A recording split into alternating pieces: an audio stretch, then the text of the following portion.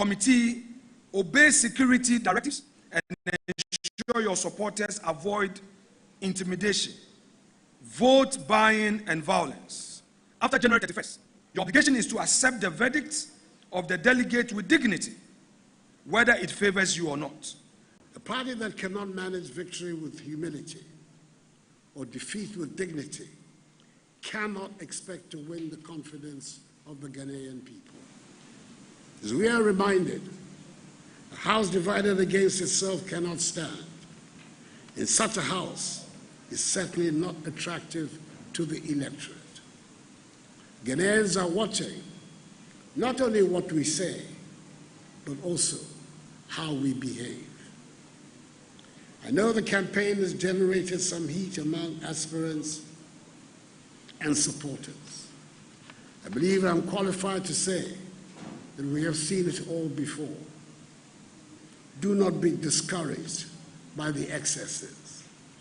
The thirst for power and the unity required to win power must combine to motivate us to choose fraternity over factionalism once the primaries are over. Permit me another personal reflection. In 1998, I contested the presidential primaries and came second to John Agyekum Kufuor, subsequently the second president of the Fourth Republic. When the contest ended, I did not hesitate. I became his chief campaigner. That decision was not about convenience. It was about conviction. The unity we demonstrated then helped deliver the first historic presidential victory of the NPP in 2000. And when years later it became my turn, beginning in 2008, I received the same level of loyalty and support from those who had once competed against me. That tradition of fraternity carried us through difficult moments and enabled us to win and serve Ghana. This is the inheritance we must protect.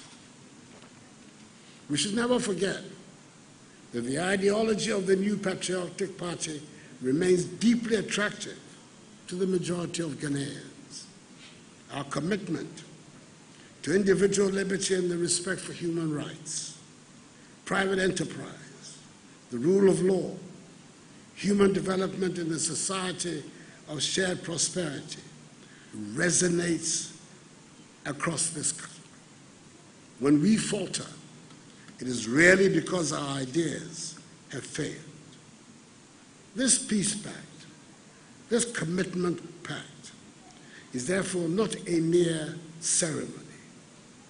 It is a solemn covenant, a commitment that ambition will not override fraternity, that competition will not descend into hostility, and that once the ballot has spoken, the party will move forward as one.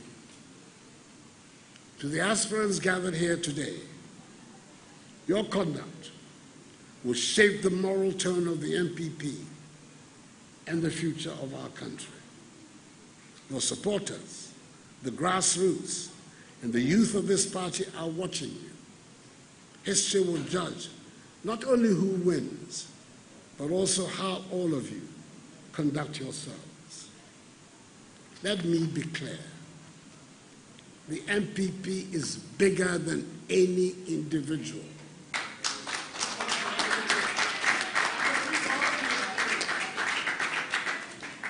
No ambition, grievance, or faction is greater than the elephant. Leadership contests must never weaken the collective cause. Unity is not optional. Unity is not a slogan. Unity is a strategic necessity.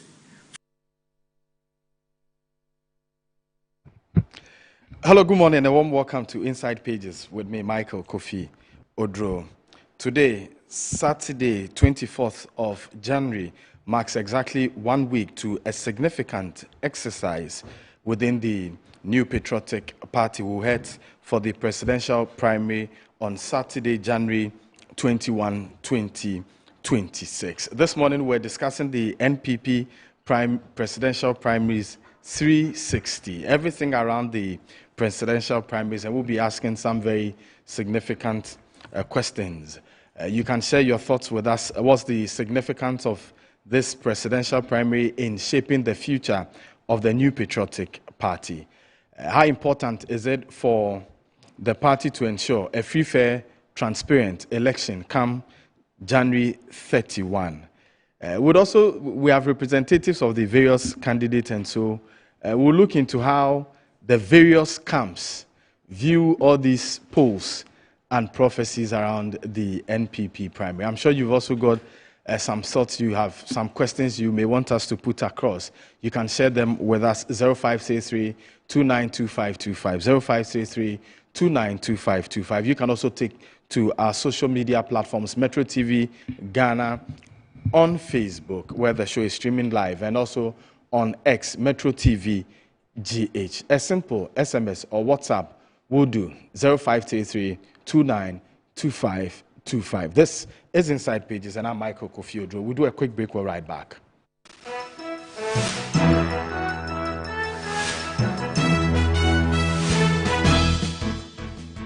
Are you a headmaster, headmistress, parent, teacher, or an educator looking for high-quality textbooks for preschool, primary, and junior high school students? Look no further than Advocate Publishing Company. Advocate Publishing Company is a leading publisher of educational materials in Ghana that publishes very engaging, interactive, and comprehensive textbooks that meet the needs of students, teachers, and parents. Our textbooks are thoroughly published to make learning fun and easy. They are also designed to stimulate critical thinking, problem solving, and creativity in students. Make Advocate Publishing your preferred choice for all your educational needs. Explore our range of textbooks and educational resources. Visit us at the old GNTC yard near Kingsway, Accra. You can contact us on 0503 786 776 or 02408 06354, also 0531 600360, and connect with us on Instagram, X, and Facebook at Advo Publishing. Don't settle for less.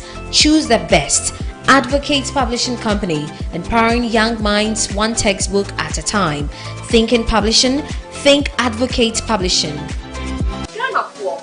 Chechi woni nara mi din e de baby da pa me di ade sonko kra na ebremo nya ode to aduane mo ama waduane e de pa na me de bremo eno any some spices de e mu wa wo bebre o various flavors ubenya e yakoko ubenya nantwie ye di ku jollof mu ma emu ye de ubenya ye di ku nkwan mu ye di ku froye mu ho na ko pebito na ema waduane enye de unyimi nia ye nkwan ye konko tie nyankofo eka.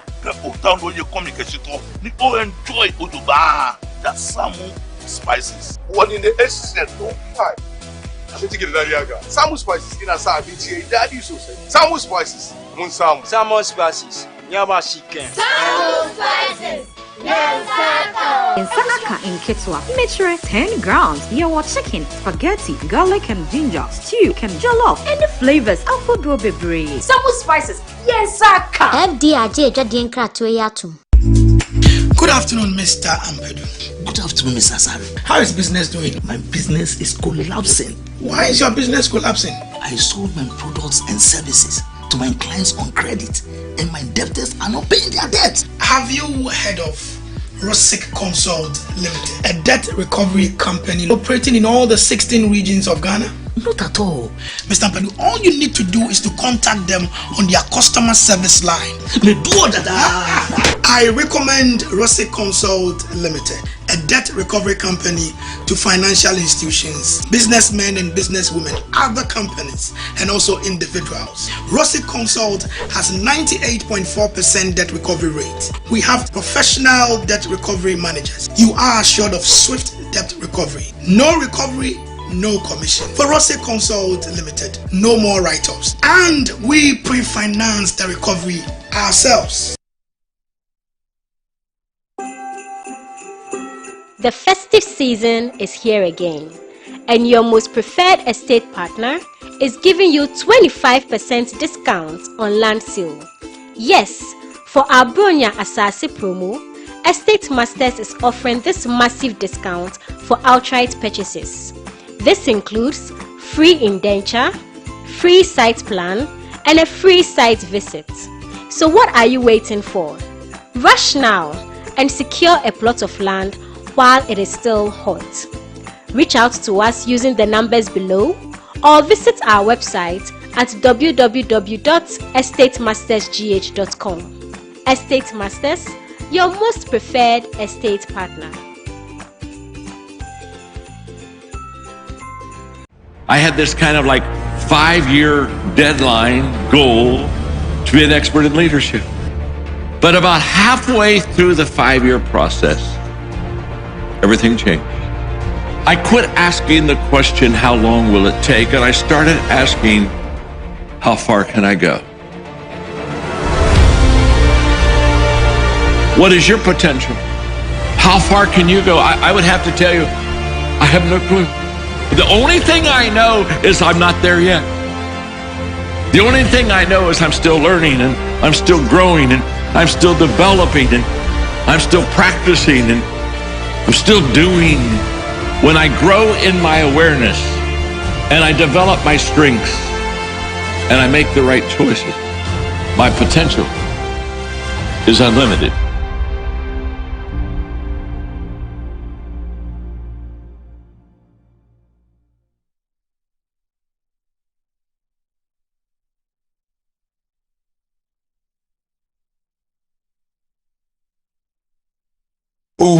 We are the number one. The 15th Gold Bond RTP Awards 2025 is here. The prestigious award is slated for Saturday, 7th February 2026 at the Accra International Conference Center. Red carpet starts at 6 p.m. The event will also award the top 10 most performed public company CEOs of 2025 with lots of artists performing on the night. The 15th Gold Bond RTP Awards is powered by Big Events Ghana and sponsored by Gold Bond, Visa Kin, RTP Media Training Institute, RTP Skills Development Institute, RTP Mall, Agrifet Ghana, CocoFit, Knee Fashion, Coco Trade Ghana, Ride Along, A to Z Auto Services, and Specialized Mineral Water. For Michael Kofi Odro to win the Best TV Sports Show Host of the Year award, dial star 920 star 111 hash and enter nominee code 107 to vote.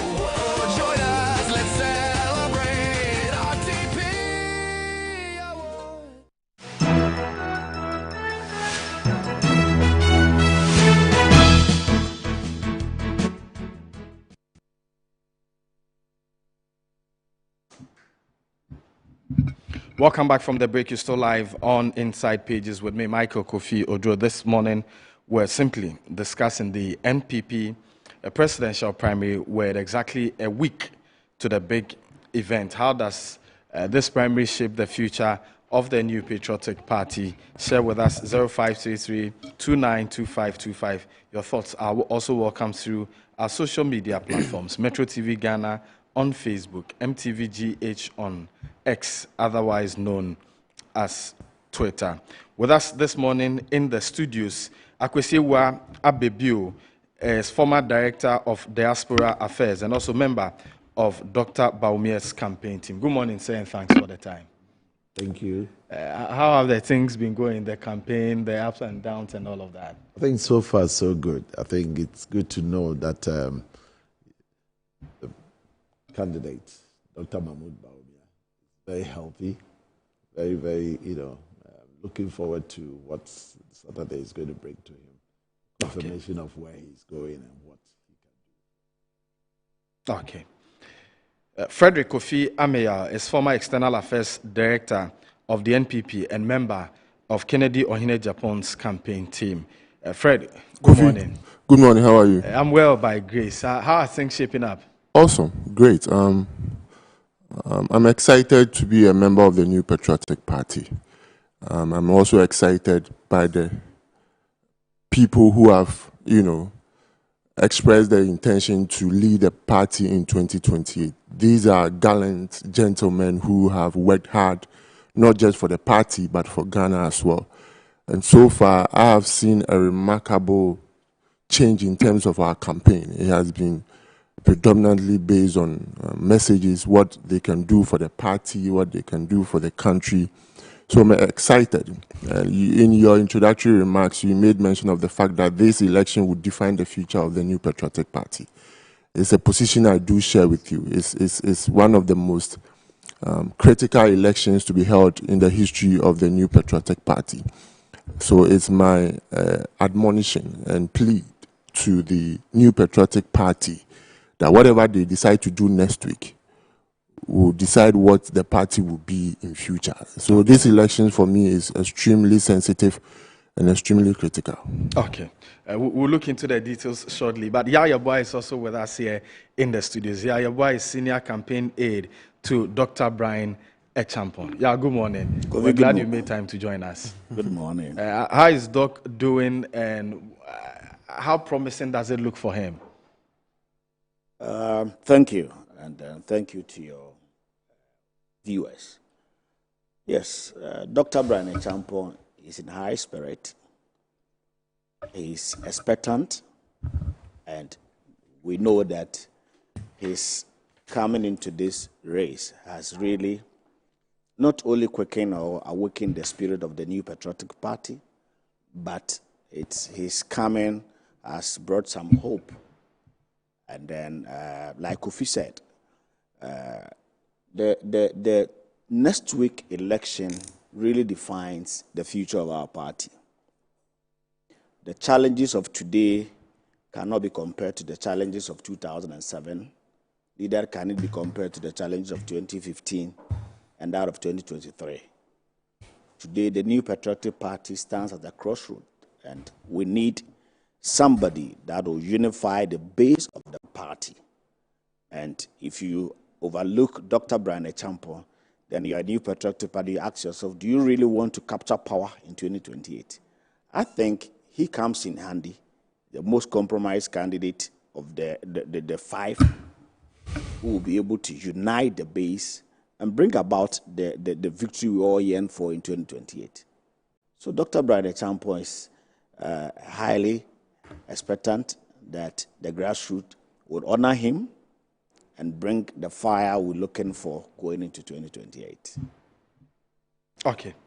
Let me come back to you, Mr. Abibio.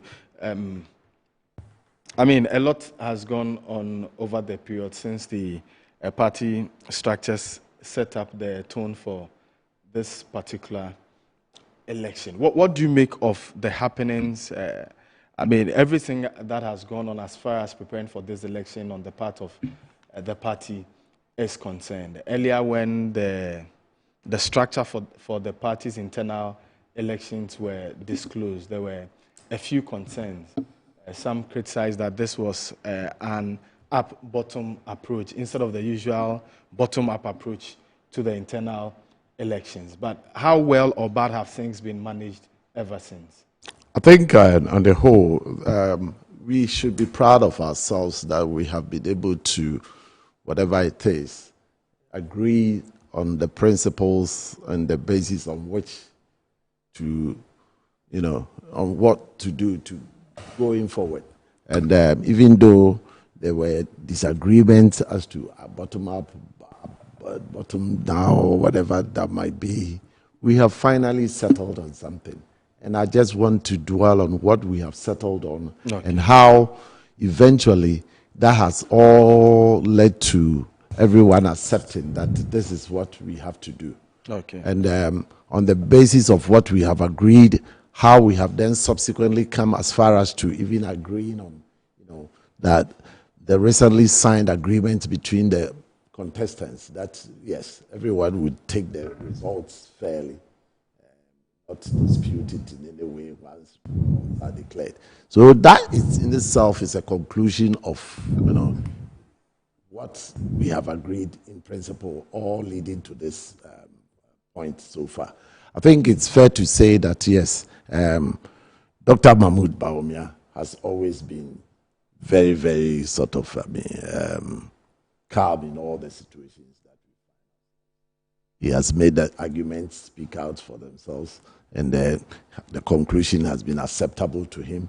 knowing very well where he finds himself, that he is in pole position to deliver on the occasion. So it has called for steady nerves as far as he is concerned. It has called for calmness as far as he is concerned.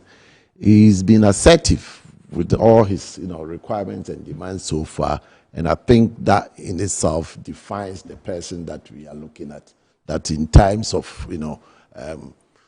any issues that coming up, this is somebody we can rely on to deliver, and that is what we have been expecting of him all this time, and that is what he has been delivering all through. Okay.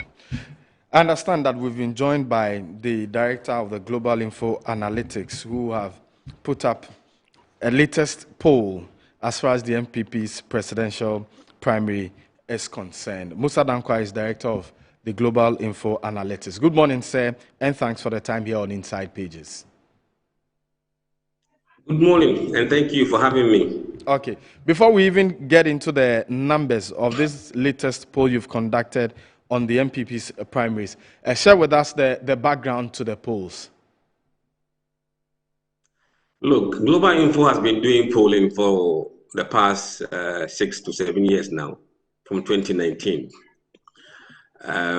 But we started looking at MPP delegates polls from 2022, climaxing the election of selection of Bawumia to lead MPP.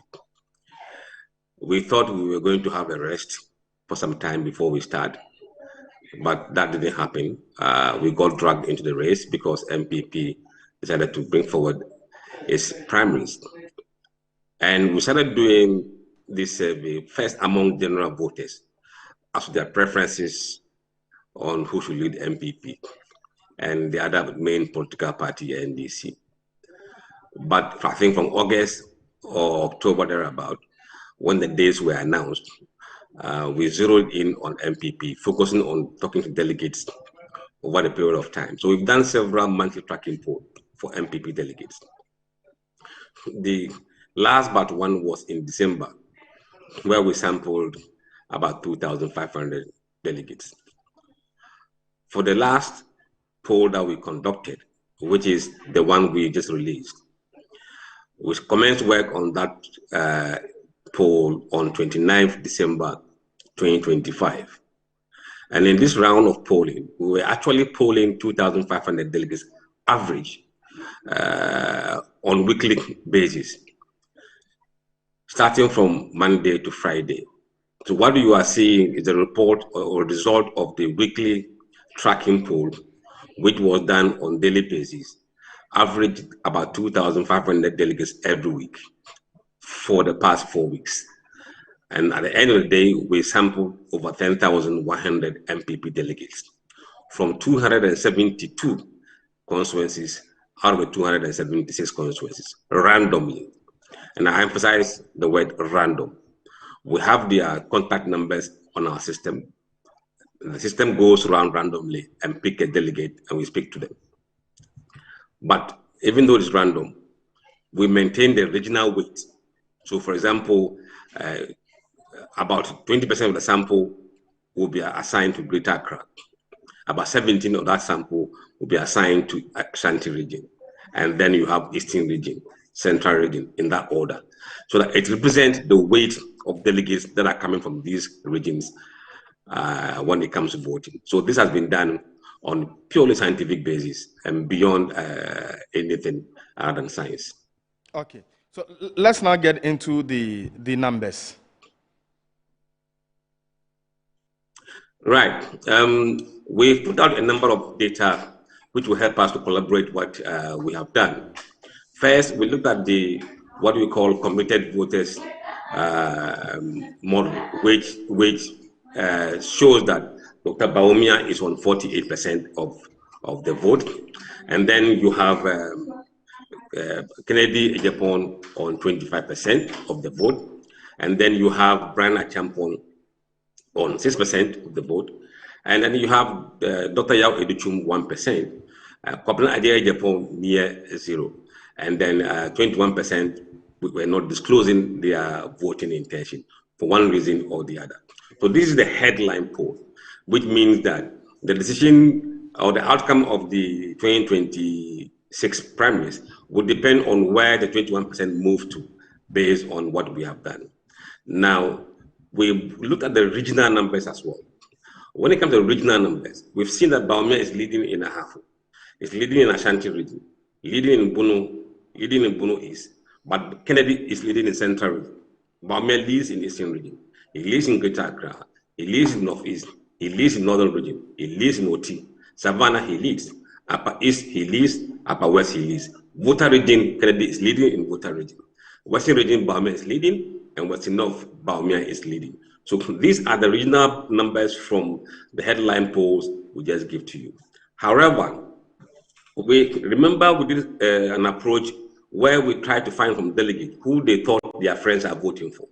So when we asked them, who do you think your friend delegates are voting for in this premise? 62% of them were telling us that they believe that their friends are voting for Bawumia. 32% of them believe their friends are voting for Kennedy Agyapong. 5% believe their friends are voting for Brian. And 1% believe that their friends are voting for Educhum. So you can see a bit of correlation between what they think their fellow friends are doing and the numbers we put out there in order of pecking. In particular, the number for Brian Agyapong is largely the same, and that of Educhum too the same. In the case of Kennedy, he is doing about 7% or above what the headline poll numbers are saying, and Bawumia is doing a lot more higher than that. Now, with this insight and other information that we had, we have to make a prediction as to how we expect the race would end. And on that prediction, we are saying that Bawumia is likely going to be on 57%, plus or minus 3% margin of error. Kennedy is going to be on 28%, plus or minus 3% margin of error. Brian Agyapong, which is quite high number here, is doing 13%, plus or minus 3% margin of error. And Dr. Educhum, 2%, plus or minus margin of error. And so is Kobna Agyapong. Now, what you will see is that Brian was on 13%, or is on 13%. In the headline poll, he is on 6%. So what has happened between the headline poll and the predictions? The predictions, remember, will use as much information as we have in the headline poll, together with other information that we have. What we've seen is a dramatic shift in the race, not from Bawumia, but from Kennedy to Brian Agyapong. In the last few days, 4 days gone by, we have seen people who are moving from Kennedy to Brian Agyapong. Now, the reason why you see Brian Agyapong, despite being 6% on the model, is got to 13%. Okay. Now, there are 26% of voters who participated in the poll and did not disclose where their vote will be. That is a significant number. How will these undisclosed... 21%. 21%, okay. How will these 21%, yes, what will be the impact of these 21 undisclosed votes in the outcome of the elections? Look, it will not change the race from somebody being behind to suddenly to lead the race. On the basis of just the raw data, if you add 21% to Kennedy's number of 25, it gets 46%. It doesn't overtake Bawumia on 48%. Okay. And that is the most unrealistic thing you can do. So in that unlikely scenario, then you can say that there will be runoff. But the runoff requires just a person to have 50 plus 1. And Bawumia will just need about 2% or so from that 21 to cross the hurdle. So Bawumia is much closer to finish line than any of the other candidates. Now, we've also not just stopped there. We went through the data to analyze what is happening. We have realized that in the last few days when the model was finalized, that it is very likely about 22% of those who are not disclosing are voting for Brian Agyapong. That's why Brian Agyapong was high.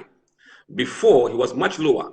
And Kennedy was getting over 60% of those who were not disclosing. But since the event of last week, people have moved from Kennedy Agyapong to Brian Agyapong. That is why now about 45% of people, of those who are not disclosing, we think are going to go for Ken. However, another 35% of the same group who are disclosing are also voting for Bawumia. So that split is not as one-way traffic as people will think, because not every elections are the same. This election is different. Okay, but on what basis do you determine, since these voters did not disclose where their votes are going, what were the factors you considered in projecting or predicting that these voters are either going to go to Dr. Bawumia, Ken, or Brian Acheampong? Because you tell us specifically the percentage of these 21% of undisclosed voters who will go to Dr. Brian Acheampong, Dr. Bawumia, or Kennedy Ohinejapong. Right. Remember, we asked them a particular question. We asked them whether they share the notion that presenting a candidate for the second time helped the party to win the election. Okay. These people at that time didn't know we're going to ask them who they will vote for. So somebody says that, oh, yes, I believe strongly that if you bring a second candidate, he will have a good chance of winning the election. Somebody says, I disagree. Okay. It doesn't make any difference. And the person comes back and says, I will not disclose who I'm voting for. You might be smart enough to know where they will vote, wouldn't you? In most probable. Most people who said they believe in that notion, the second chance is good for the party, it's more probable to vote for Bawumia than Kennedy. And those who disagree are people who are likely going to vote for Kennedy. But there are those who were neutral about that question. And those who are neutral, they are neither for or against. So they are not very pro, or they're not pro and they're not anti. So in statistics or in modeling or in election, if they're looking for guidance as to how to vote, they tend to vote with the peers. And majority of those people, excluding neutrals, are voting for Bawumia. So you can use that model to be able to analyze the data and say, look, we believe these guys will vote this way. Besides that, there are other factors we use in determining how these guys might vote. For example, we ask them the qualities they expect the candidate they are voting for to espouse. Those who say humble is key to them. 67% of those who say humble are choosing Bawumia. 21 are voting for Kennedy. Those who say trustworthy, we found that 45% of them are voting for Bawumia and 32 are voting for Kennedy. Those who say somebody who's a fighter, 62% of them are voting for Ken. 25% are voting for Bawumia. Those who say someone can bring a change, 26 are voting for Ken and 51 for Bawumia. Those who say care for the grassroots, Bawumia gets 42, Ken gets 30%. Those who say someone who can win for us, 47% are voting for Bawumia and 24 are voting for Ken. Those who say unite the party, Bawumia gets 45, Ken gets 16.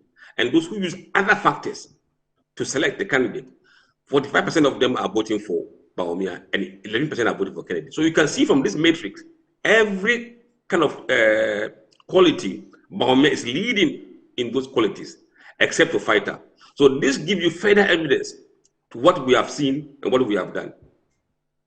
Again, last but not the least, we asked them to rate the candidates in terms of favorability. How favorable do you see all the candidates?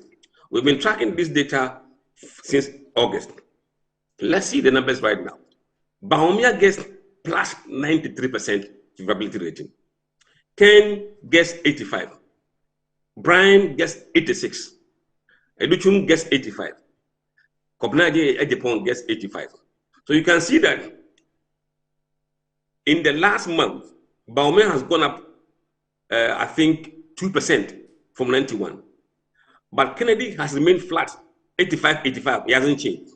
And Brian moved from 83 to 86%. It tells you the changes we've seen in the last few weeks moving towards Kennedy, Brian Acheampong. So it provides you further evidence, what we call triangulation, supporting the fact that your data is saying something. And this is the evidence that is pointing to that. Okay. Now we're going to be wrapping up the conversation with you. Maybe just a question or two and then we'll be done. Now, in the polls, the latest polls you shared, we had Dr. Bawumia leading with 48%. Kennedy Ohinejapong comes second with 25%, and then Brian Acheampong with 6%. What's the probability of the presidential primaries of the NPP going into a runoff? It's zero. It's zero? Yes, from my point of view, it's zero. Okay, but from the polls, none of the candidates gets up to the 50%. You know, the polls, that's what I'm saying, headline numbers. Okay. Headline numbers don't show the entire story. Okay. We know a lot more than we have put out there. Okay. And then also when you were giving us the regional disclosures, Kennedy Ohene Japan, you said won the central and Volta region. Yes, we did not hear Dr. Brian Achampong win any region. And then for all the other regions you mentioned, Dr. Mahamudu Bawumia won all the other regions. Is this to say that in this presidential primaries, there's no room for votes on the basis of ethnicity and tribe? So ethnicity and then religion. Look, I think I have a data somewhere. Very, very less than 6% of MPP delegates are mentioning ethnicity and religion as a base of voting. No. Okay. How good or bad is it for the party that they are making these critical decisions without necessarily considering the background, the religious or ethnical background of these candidates? I think it tells you that we are moving to more pragmatic nation, where your ethnic background or religious background should not affect your contribution to national discourse and national development. I think we have to move from ethnicity and religion that doesn't bring anything. Okay. Thank you very much for the time this morning. It's my pleasure. Okay. That was Musa Dankwa, Executive Director, Global Info Analytics, shedding more light on his latest poll, which puts Dr. Mahamudu Bawumia in the lead with 48% ahead of the NPP's presidential primaries. Still with me in the studios, Akwesiewa Abebio is a former Director of Diaspora Affairs of the New Patriotic Party and a member of Dr. Mahamudu Bawumia's campaign team. Frederick Kofi Ame. Okay. At the presidency. At the presidency, okay. Okay, at the presidency. He's a big man. He's a big man. For 8 years, yes, he's a big man. Yes. And then Frederick Kofi Amia is former Director of External Affairs and then also a member of Kennedy Japan's campaign team. Yaya Boy is a senior campaign aide to Dr. Brian Achampong. They are with us here in the studios. I'll take quick reactions from them on the details shared by Executive Director of the Global Info Analytics, Musa Dankwa. And then I'll start with you, Fred. Sure. Let me take it from this side. So I respect his work. Of course, as people who have studied social sciences, we believe in research. I'm currently studying a particular course, and research methodology is one of our core courses. And I appreciate what he has been doing. And it's not easy conducting polls.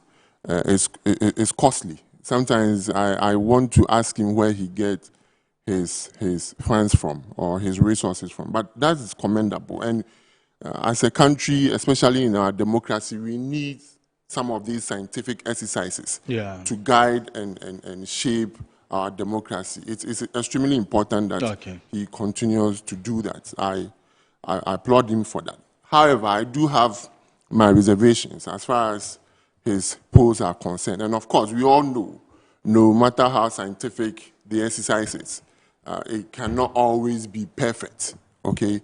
And these elections, and he has had some successes, he has had some failures as far as his polls are concerned. And I can bet you, with my last coin, that this polls will be one of his failures. Because look, I say this with a lot of respect. By the grace of God and by the privileges I enjoy as a member of the New Patriotic Party's member of the communications team, I also, when I step out there, I meet people. When I go, even though I don't have much hair on my head, I go to the barber shop anyways. They tell me something different. When I go to the market and I go and buy my cocoa and my gobe, and they see me on the street, what they are telling me is different from what he's saying. Okay, but the people you speak to may not be delegate. He has dealt directly with delegates. I was coming there. Okay, and then also maybe the numbers you may have dealt with may not be as much as Musa Dankwa has. I'm building a point. Okay. We deal with all kinds of people, including delegate. I am a delegate myself. Yeah. Okay, and I know my position now. All right, and I am saying that he will get this post wrong. There's one thing that I would take from his research, and that is the fact that the MPP do not consider ethnicity or tribe and religion as far as our consideration as to who will lead the party. That is a fact in the New Patriotic Party. What we are going to do, God willing, next week is premised on the fact that we need a new face. Okay. We need a candidate that aligns with the aspirations and the hopes. And if you want to recapture the souls and minds and hearts of Ghanaians, we need a new candidate. Okay? And that candidate is Honorable Kennedy Ohene Japan. Finito. If MPP has any chance whatsoever at all, okay, to come back to power, we need Kennedy Ohene Japan because his message resonates well. I'll come back to you. You come back to me. I'm just heating up and you are stopping me. We'll come back to why anybody must vote Ken. You want me to concentrate on the post? Yes.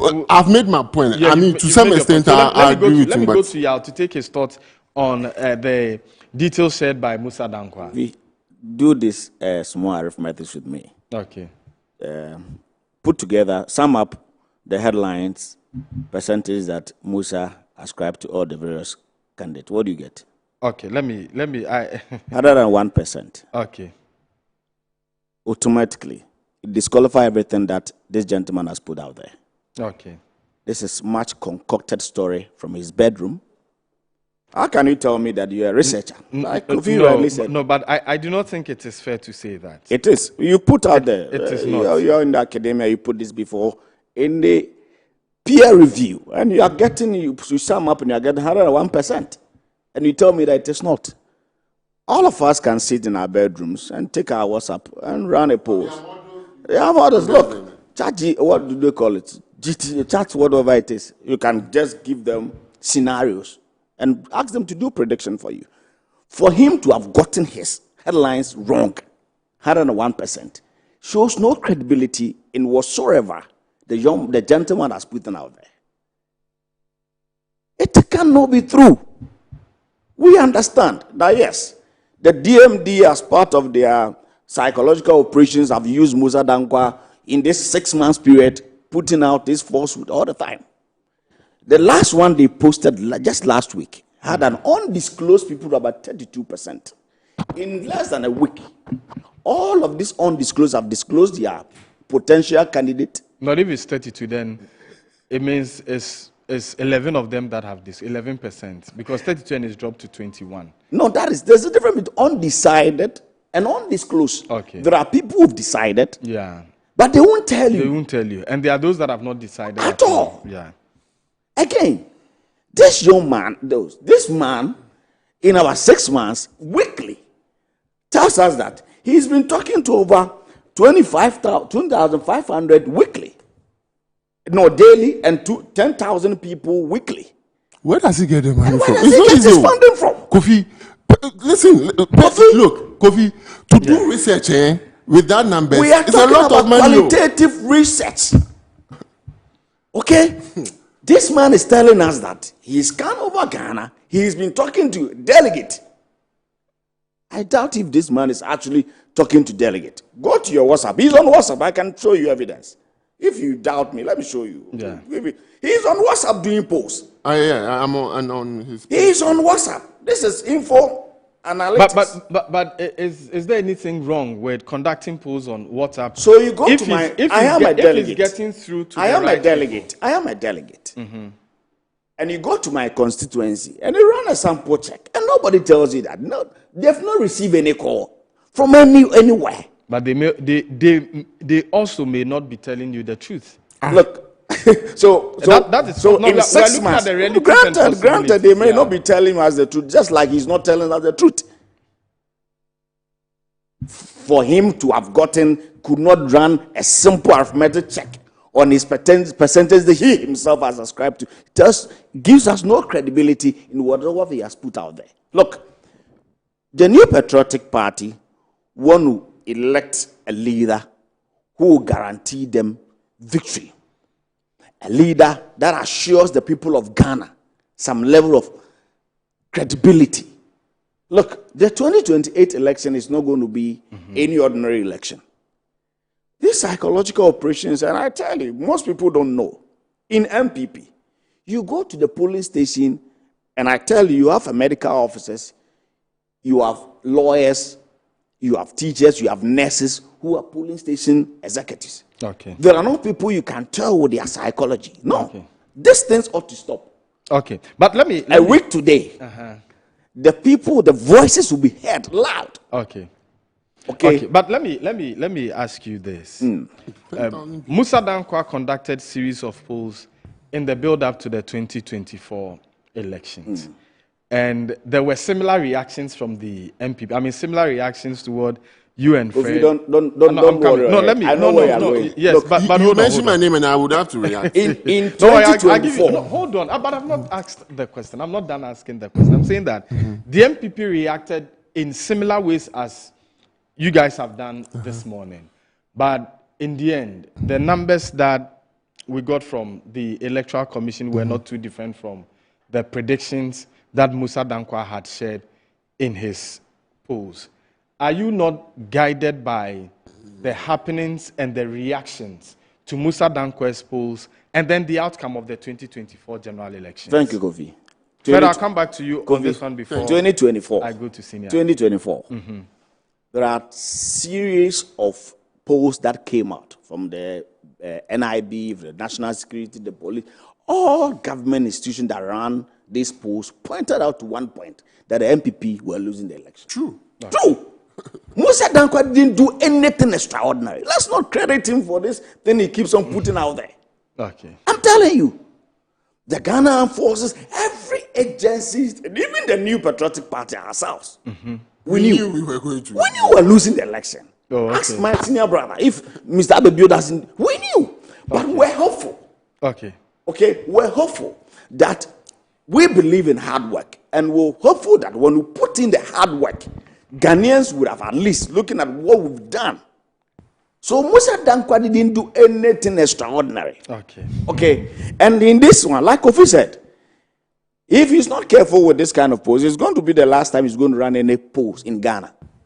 Because he's going to be humiliated. He's going to be disgraced. Because this, if you go to the grassroots, it does not resonate with the people. At all. And I tell you, it cannot be said that Dr. Mahmoud Bawumia is leading 48%. When he started his polls in June, he gave him 78%. Yeah. Some obnoxious figures he put out there. And today, he's run him down to 48%. It tells you that Doctor has lost grounds and is out of the race, and the party is ready for a new face to lead the charge into 2028. And the party cannot reason out apart from Dr. Brian. Now you are telling us it's simple. You are telling us Doctor has lost ground on the basis of Musa Danquah's polls. I'm not on the. I am telling him what it is on the ground. But you referenced Musa Danquah's polls, and then you said I am showing you the inconsistencies in his own polls. Your point is well made, Fred. I'm sure he's made the same point you were. Yeah, you allow senior brother. I was hoping that I should be given the opportunity as quickly as possible. Okay. And you have it now. Yeah. Now, thank you so much. Looking at what has been presented by Musa Danquah, one is tempted to be excited to say we are in the lead, but I'm disappointed because it's only 48. Seriously speaking, even if you set this pool aside, there is one authentic pool that, remember, pool is only a sample. It's never the full size of any. So even if you take this as not the basis upon which to project forward, there is already a very scientific, a very well-researched, reality. And the reality was that the last election results is a polling of the MPP. And they pulled in favor of Dr. Bawumia overwhelmingly. So you do your extrapolations from there, and you still arrive at where Musa is coming to. So I'm not surprised Musa has come to this decision. You know, people are trying to sell themselves in order to be able to come into the picture. They are doing very well, but they are pulling votes from among themselves. So I'm not surprised in the least that, for instance, Ken is losing votes to Brian. And Brian is also sort of dealing with some votes that he can't be too sure of. This is not surprising. We know about delegates. We know about how delegates can be very, very unreliable. And therefore, if you go to them with whatever you have, especially if you are going with a sack of load of money, they will tell you what you want to hear. They will tell you are going to be winning. They will tell you, oh, come around again. And that is what has been misleading, and that is what has gotten us to where we are. But look, I'm not going to dwell so much on that poll that Musa Dankwa has put out. I know Musa, in previous predictions, have come out, even when it was not, of course, when it was not in our favor, we disputed it. We ended up where we found ourselves, with the reality of the results. So again, I'm not surprised that for those that it does not favor, they would also come out to say, no, this is it. I'm not going to say that on that basis. I'm going to say, oh, Musa Dankwa is the what? Is the gospel truth. Okay. But even if you don't use that, that's the point I want to make. Okay. Even if you don't use that and you extrapolate from the last election, even though we've added to the numbers, I'm not going to ignore that addition that has been made to the poll, to the delegates. That in itself is also going to have some distortions. But I'm not surprised we are coming up with these figures. And I'm not surprised that, people are losing their votes here and there to other candidates, and that is not, coming out so well for them. But on the whole, look, delegates, as I've said, are delegates. They are never going to be truthful to you. If you are polling them, they are never going to be coming out to tell you exactly. Even as you go to them soliciting for votes on the platform, talking to them, shaking hands and taking all the pictures, they are saying, yeah, they are taking your money. You think you are there. You are not there. That is the reality that some should be experiencing by this time, and they should be truthful to say that, look, even though we go and they hail us, it's not as good as we think it is.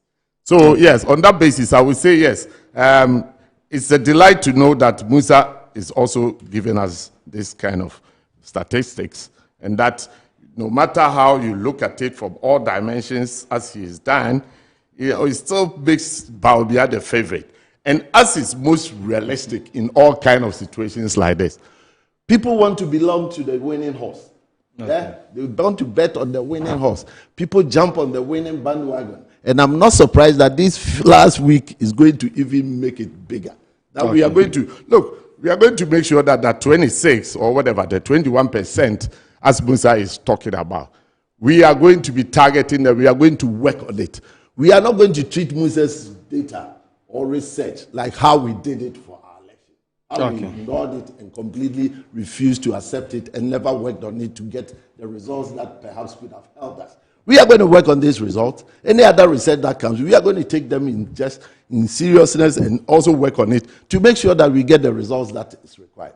Because we know that the country is very, very, worried about what going forward will look like. Especially in the fact that if we don't get somebody who we can trust, who we know would be steady hands, who we know has got lots of ideas, who we know can do so much because of what they have seen already.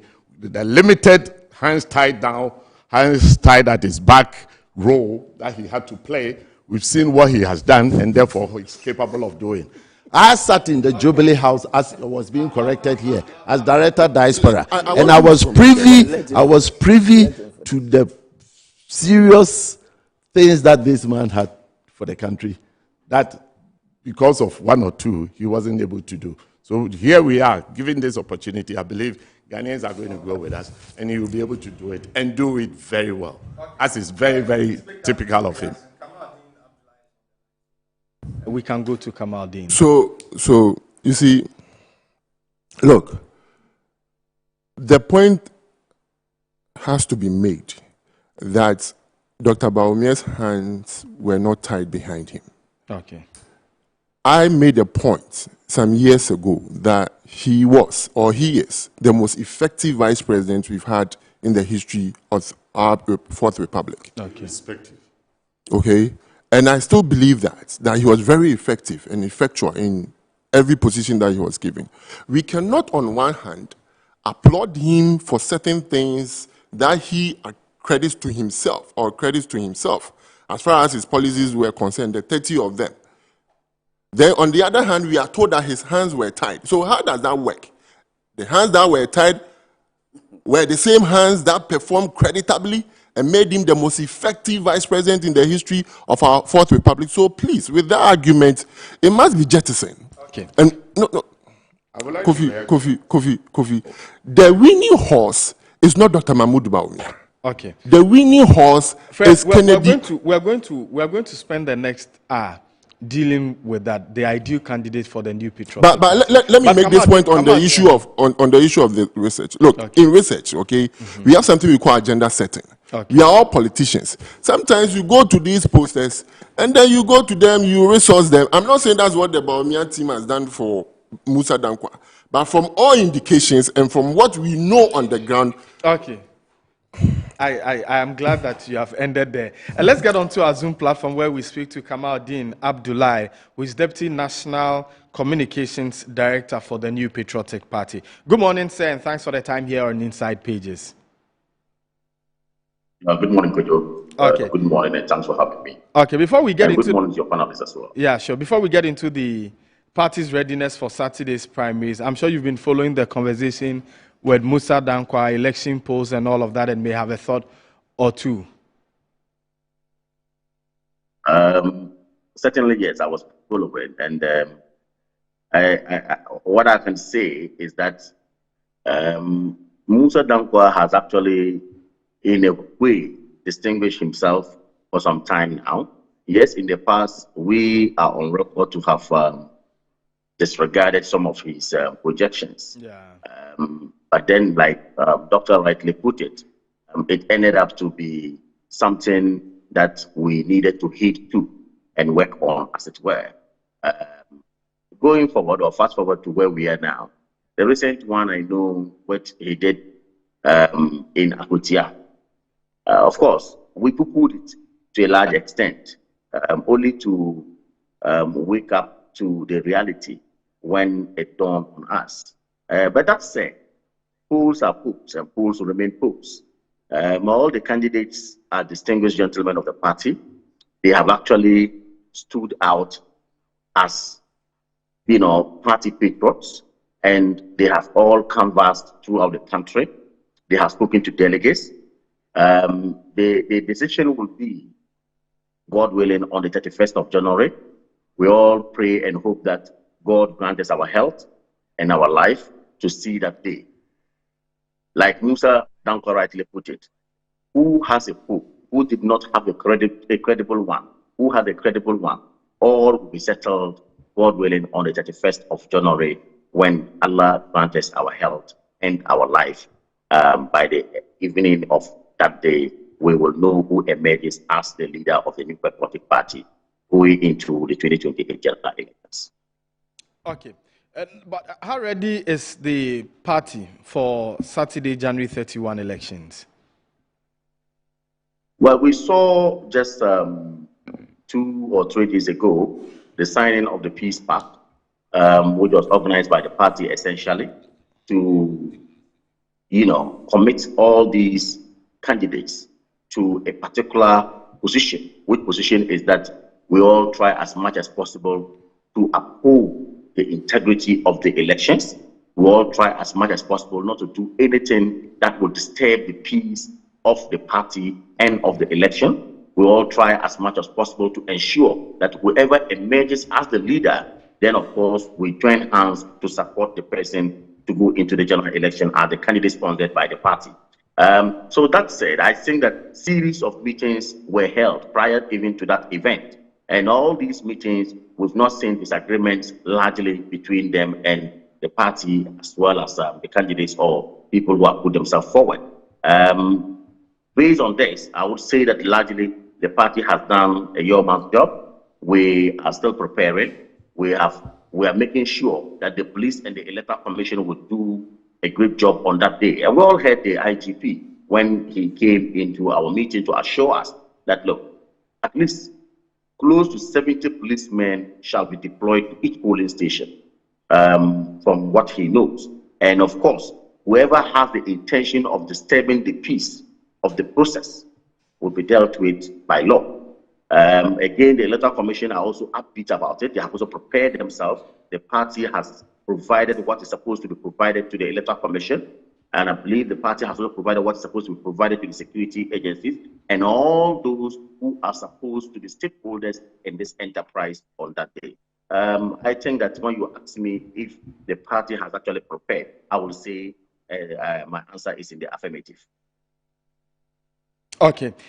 Now, earlier we were also talking about the importance of a free, fair, and transparent election. In your view, how important is this to shaping the future of the New Patriotic Party? Let me put this on record. The New Patriotic Party is some 30 years old. And we've seen series of elections internally and externally. Okay? We have always conducted ourselves. In fact, even when people think that some elections were going to break the party never got broken. We have had heated, in fact, very, very, very hotly contested elections, and the party managed it.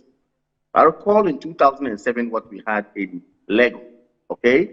Again, even prior to 2007, 1998, what we had in Sunyani, if you have followed the history of this party, you realize that yes, during elections, we may disagree with each other, but at the end of the day, when a candidate is chosen, we come out as one and, of course, rally behind the party and move on. In 1998, when J. Kufuor was elected in Sunyani, there were talks that Nana Akufo-Addo, who contested with him, was not going to support the party. At the end of the day, after the election, by December 1999, Nana Akufo-Addo was the same person in Sunyani again, declaring every support for Akufo-Addo. For President Kufuor then. And of course, what happened? When we united by 2000, the general election, the NPP actually performed. Again, we've had after that some internal contests. And of course, I alluded to 2007, 11, the same way. Okay?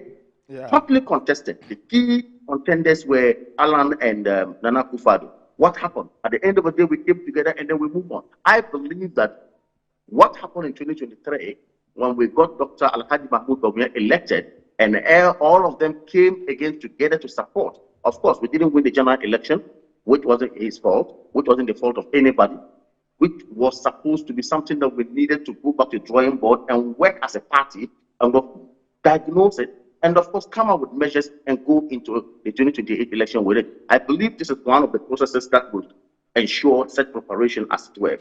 So I think that given our history, we have gone through this. There's no way that somebody will sit somewhere and think that this exercise is going to break this party. Look, at the end of the day, it is clear and it's right. The party delegates know who to vote for. They know what to do. And at the end of the day, the person will be voted for and that person will be supported by us, as it were. Okay. I'm sure you stay on for a while we continue the conversations here in the studios. But before we get into asking the various reps who the ideal candidates for the New Patriotic Party moving into the 2028 elections is concerned, I'm sure they also have a thought or two on the importance of a free, fair, transparent elections. I'll start with you, Mr. Abibio. Yeah, I think it's important that we have a free and a fair elections, and transparent is as it should be, because of course we know how, if it is not transparent, if it is not, how the results will be taken. Okay. Also, when we know how some individuals can react to even the least of things that are not even there, here and there. So I think it is in the interest of the party that we make it, tolerable for all sorts of people to accept it as going forward, to be the true and the genuine situation of what of what the votes are.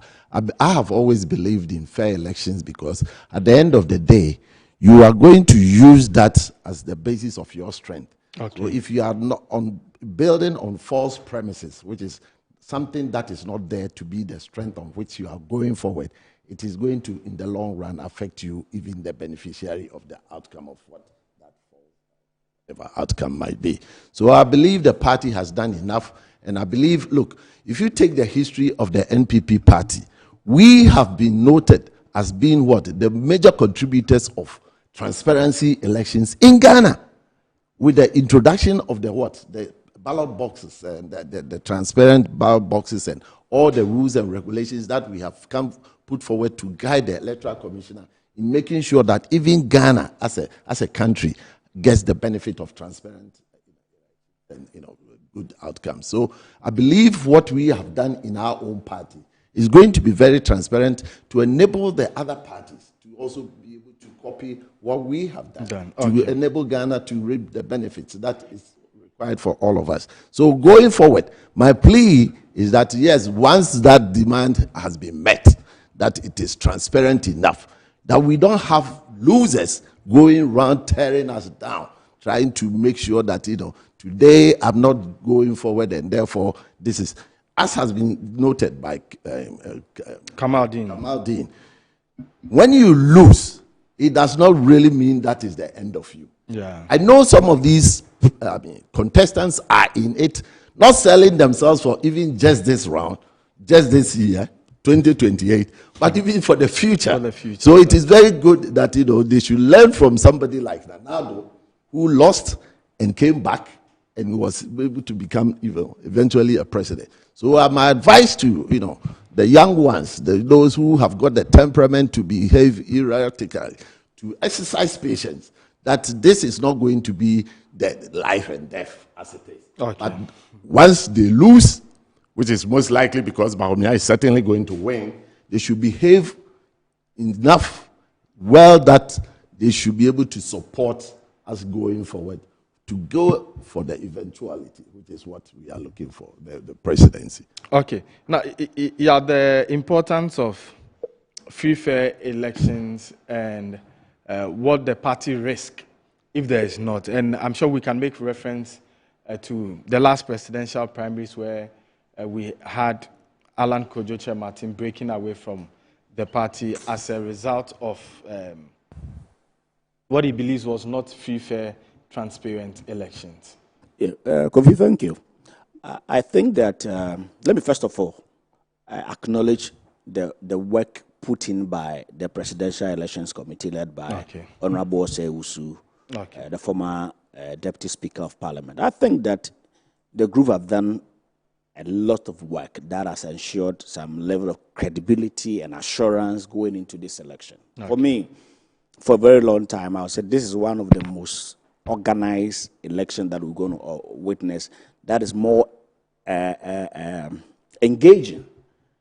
At every material moment, you find the leader of the group calling the candidates themselves into private meetings to iron out issues that needs to be addressed.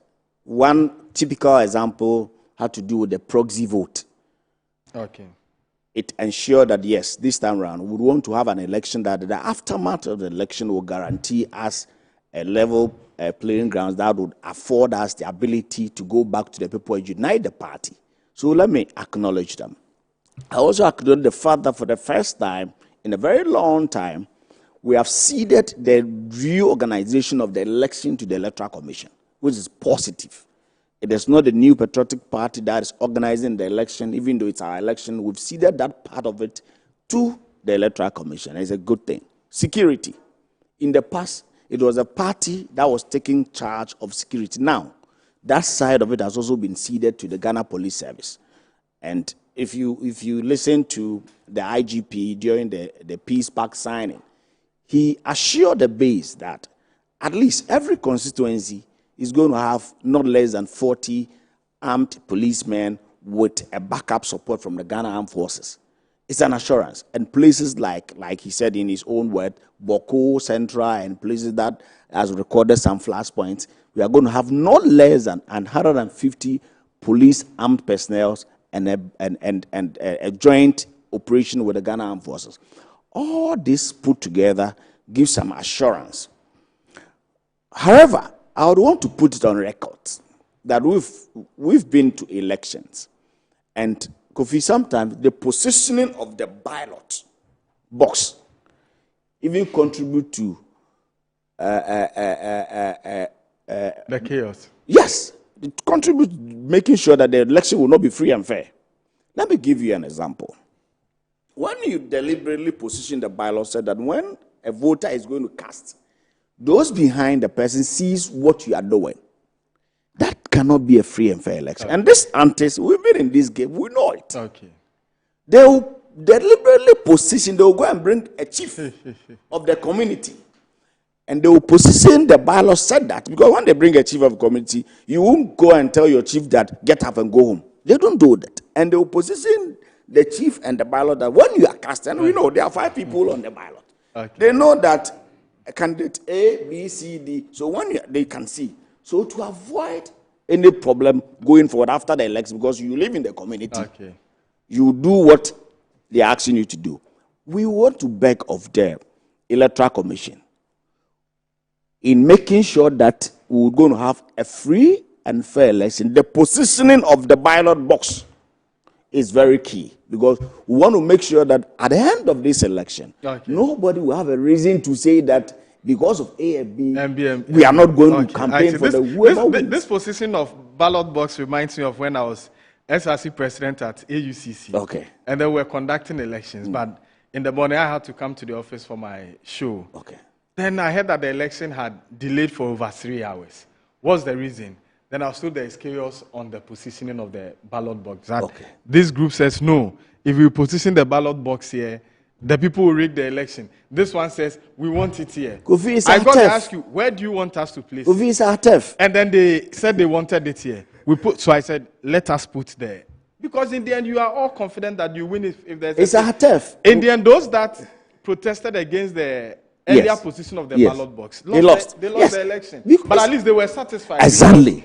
What they wanted was done for them. This is our turf. We've organized. But we cannot also compromise on standards because of the credibility of the whole process. Yeah. Look, the Presidential Electoral Commission, they've done a massive work. And it is important they end on the high. And they end on the high. Okay. I wouldn't want to. Thank you very much. At this point, we'll do a quick break. We'll return with more on Inside Pages.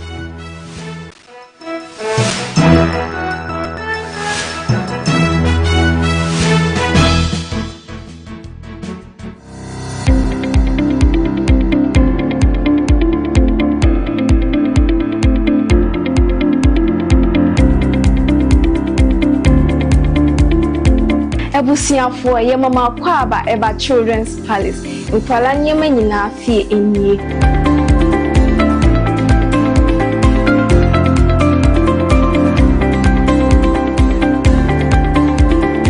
Yonkwala ntade emani mmema nyina ntare nyina wase. Yonkwala shoes, yonkwala duane, yonkwala wipes, yonkwala diapers, yonkwala toys, baby coat. In fact, bibia opama omanyina obenye biwa ase.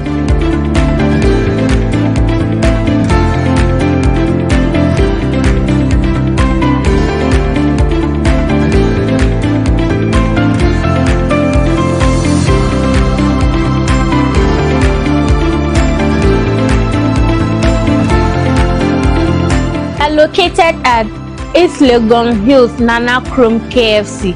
Contact us on 059 6377 172. Children's Palace. Happy children, happy fashion. See you soon. Bye bye.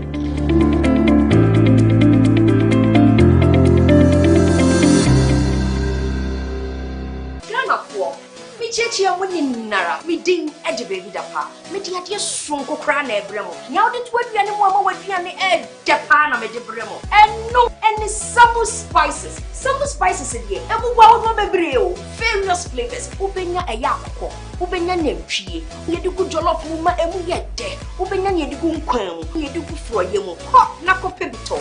Na ema waduane enye de. Unyiminia. Yenkon yenkon tie nyankofo eka. Autant de communication, we all enjoy Uduba, the Samu spices. One in the essence, no pie. I'm going to get that. Samu spices in a Sabi, daddy so say. Samu spices, Moon Sam. Samu spices, Nyama chicken. Samu spices. Nsaka in Ketwa, measure 10 grams. Your chicken, spaghetti, garlic and ginger, stew, can jollof, and the flavors alphabet bebre. Samu spices, yes, Saka. FDIJ Jadien Kratoyatum. Welcome to Rehoboth Havens Ayumensa, making home ownership simple and achievable for Ghanaians at home and abroad, starting from just 675,000 Ghana cedis. Situated within the serene hills of Ayumensa Danfa, Rehoboth Havens offers breathtaking views of the Pediasi Ebri Mountains. Here, we provide a peaceful environment meticulously designed for modern living. This is more than just a house, it's a lifestyle. Rehoboth Havens is a secure gated community featuring beautifully landscaped surroundings, a dedicated recreational center, unmatched comfort, safety, and peace of mind. For many Ghanaians living abroad, owning a property back home can feel like a distant dream. At Rehoboth Havens, we believe everyone deserves a place to call their own, a space for family, a lasting legacy, and a smart investment for the future. We offer spacious 2, 3, and 4-bedroom homes, move-in ready and designed for modern living. Don't wait. Secure your future today. Call us on 0553 751 933 or 0206 823 524 or 0244 764 499. Rehoboth Social Housing. Your housing dream becomes reality. This is a chance of a lifetime.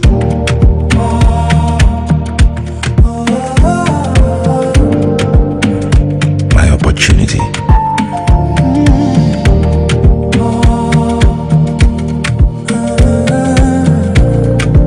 Your opportunity.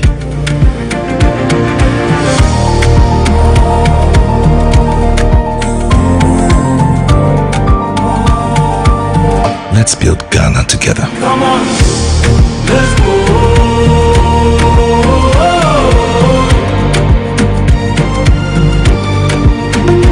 Come on, let's go.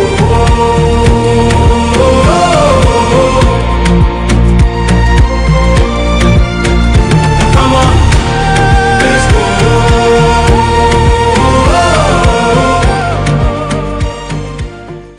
Oh, we are the number one. The 15th Gold Bond RTP Awards 2025 is here. The prestigious award is slated for Saturday, 7th February 2026 at the Accra International Conference Center. Red carpet starts at 6 p.m. The event will also award the top 10 most performed public company CEOs of 2025, with lots of artists performing on the night. The 15th Gold Bond RTP Awards is powered by Big Events Ghana and sponsored by Gold Bond, Visakin, RTP Media Training Institute, RTP Skills Development Institute, RTP Mall, Agrifet Ghana, Cocofit, Knee Fashion, Coco Trade Ghana, Ride Along, A to Z Auto Services, and Specialized Mineral Water. For Moro Awudu to win the Best TV Current Affairs Show Host of the Year award, dial *920 *111# and enter nominee code 175 to vote.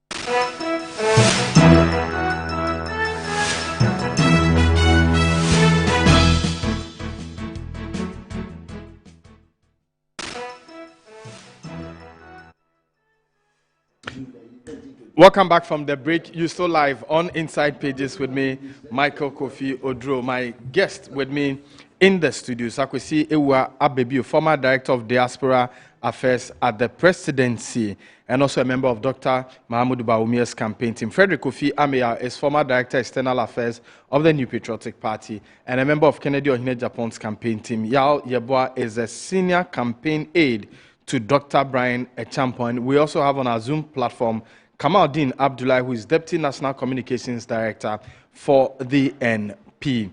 Can I make a correction, just as you did with my presidency? Can you please tell them exactly what you were doing in respect of your role at New York? Okay, I was also the head of information for our permanent mission to the United Nations. Okay. In New York. So you both said it means this morning I'm surrounded by big men. They both serve in government. Yes, okay, I see. Fred, earlier, before the break, we were talking about the need for free, fair, and transparent elections and what the consequences were if the parties are unable to ensure that.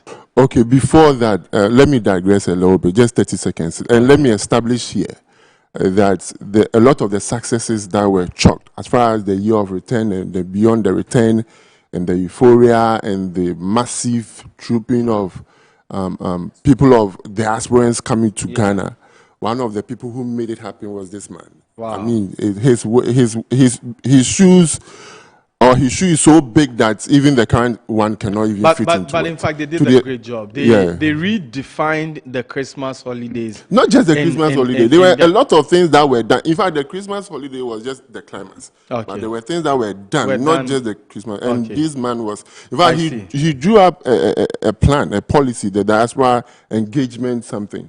And I don't know what has happened to it, but I mean, this is just 30 seconds. Telling our own stories. Yes. So this is I want you to appreciate the man sitting by. That revolution for us to tell our own story. Wow. Than somebody else telling our story. Kudos. He's done a good. He also played a part. Wow. Yeah. That's refreshing to know. I mean, as far as the processes leading to the elections are concerned, I am personally satisfied. Okay. And I can also speak on behalf of the Kens team that we are also equally satisfied as far as the processes. But is Ken satisfied? Oh, yes, he is very satisfied. Okay. You see, I mean, we don't have much time. You can tell by his campaigning that he's more relaxed than 2023. Okay. Yeah. Because, number one, he has now a lot of people who are on board now. I mean, we have village of prominent individuals in the party and even in the country who are now supporting him. As far as his campaign message is concerned, he has been consistent as far as what he would do, creating jobs. So it's as a result of the fact that the Presidential Election Committee are putting things in order. So he's now relaxed. He's rest assured that the elections will be free, fair, and transparent. That I can assure you. Okay. And having said that, I want to also go a step further and make the point that it is not the issue of the candidate themselves, but the people who are supporting him and are also helping him. Okay. Look, I have said, and my candidate, Honorable Kennedy Ejapon, has said, and he said that even if you should bring Jesus Christ and we are not united, we cannot win the elections. Yeah. I am saying the candidate for these elections, or for this particular presidential elections, is unity. Unity is the candidate that we need for 2028. Without us coming together, there's no way we can win the elections, regardless of who will come and lead us. Do you get my point? If and when the NPP is united, we are a force. Director made mention of the fact that when you look at the history of our republic or Ghana, every policy, every program that inures to the benefit of Ghanaians, largely the masses, have come from the New Patriotic Party. Okay. So our policies do find favor with the people. For one reason or the other, 2024, we were repudiated. And we have an opportunity to come back. We can only come back stronger when we are united. So for me, beyond the elections, we must unite. And let's not focus so much on the trivialities. There are certain things that I hear and see on social media and across, and I'm like, do we really have to focus on this? For example, we are talking about somebody drawing the attention of the election committee on something he has seen that he wants to be corrected or draw the... And it's a campaign message and people are talking about it. We are talking about somebody went to say this. And days and weeks, we'll be talking about it. And I believe that should not be the case. They all have their messages. Let's focus on those messages. My candidate has said that Ghana, the youth, they need jobs. And that will be his focus. That will be his priority, to create jobs for the youth, to create jobs.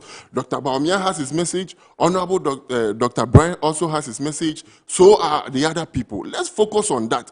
And I believe strongly, come next week, by God's grace, inshallah, Honorable Kennedy Ohene Japan will be elected the presidential candidate for the New Patriotic Party for 2028. And everybody will come on board. The point has been made. The New Patriotic Party came out of struggle. And we have the wherewithal, we have the capacity, okay, to build ourselves together again. Okay, we formed our party in 1992. We went into an election and we did well.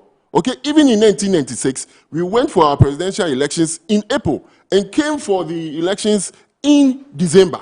We are capable of uniting ourselves to fight the NDC. Let's do that and focus on that. I am sure that next week everything will go transparently, smoothly, and we will go to the polls and we will elect our presidential candidate and come back home and celebrate. And those who will be sad for a moment, like Director, will be sad for a moment. And for us who will rejoice, we will rejoice. And for those who will have to go back to the drawing board and re-strategize for the next years to come, they will also do They so. will also do that. I see. Let me go to Kamal, back to our Zoom platform where we have Kamaldeen standing by. Now, Kamal, just how crucial is the conduct of the various candidates, especially the ones that will not win, come Saturday, and they are following to the future of the party? Like I said earlier, these are all very important personnel of the party, and of course have contributed in diverse ways in the past towards the development of the party. I want to believe that so far, even listening to the panelists on your table this morning, it appears we are all on a single, position, which has to do with the party conducting itself properly, which has to do with the candidates and their representatives and their supporters acknowledging the work the party has done, which then means that, indeed, after the elections, there will not be complaints. And we pray that nothing untoward happens on the event of 31st January, which I believe nothing like that is going to happen. Like I said earlier on, security is high. Again, the Electoral Commission is playing to the rules, and all executives of the party are playing to the rules, as well as representatives of the party and the candidates as well. So if you ask me of their conduct towards the unity of the party, I want to say that, look, where we are now, it looks good for us. And that's exactly what it is. What I would only add is that, look, let us not forget that we have the bigger picture. What bigger picture is the general elections that we're going to go into, with the candidate that we're going to choose, as it were. Now, within that bigger picture, we should not sow seeds for our opponents to use those seeds to fight us. Okay, we seem to have lost Kamaldeen Abdullahi on our Zoom platform, but he's made his point. Now, Mr. Abibio, is there a front runner in this election? Let's say pole position. If you are from there's a candidate kind of person, in you a will pole know that position. somebody is in pole position. Okay. And before you get into pole position, you get there because of some trial runs that you do that really puts you there. Okay. So who is that candidate in pole position? Is in pole position. Okay. He's ahead of the game. He's not just ahead of the polls, he's ahead of ideas. Okay. He's ahead of the ideas that you need to build a country.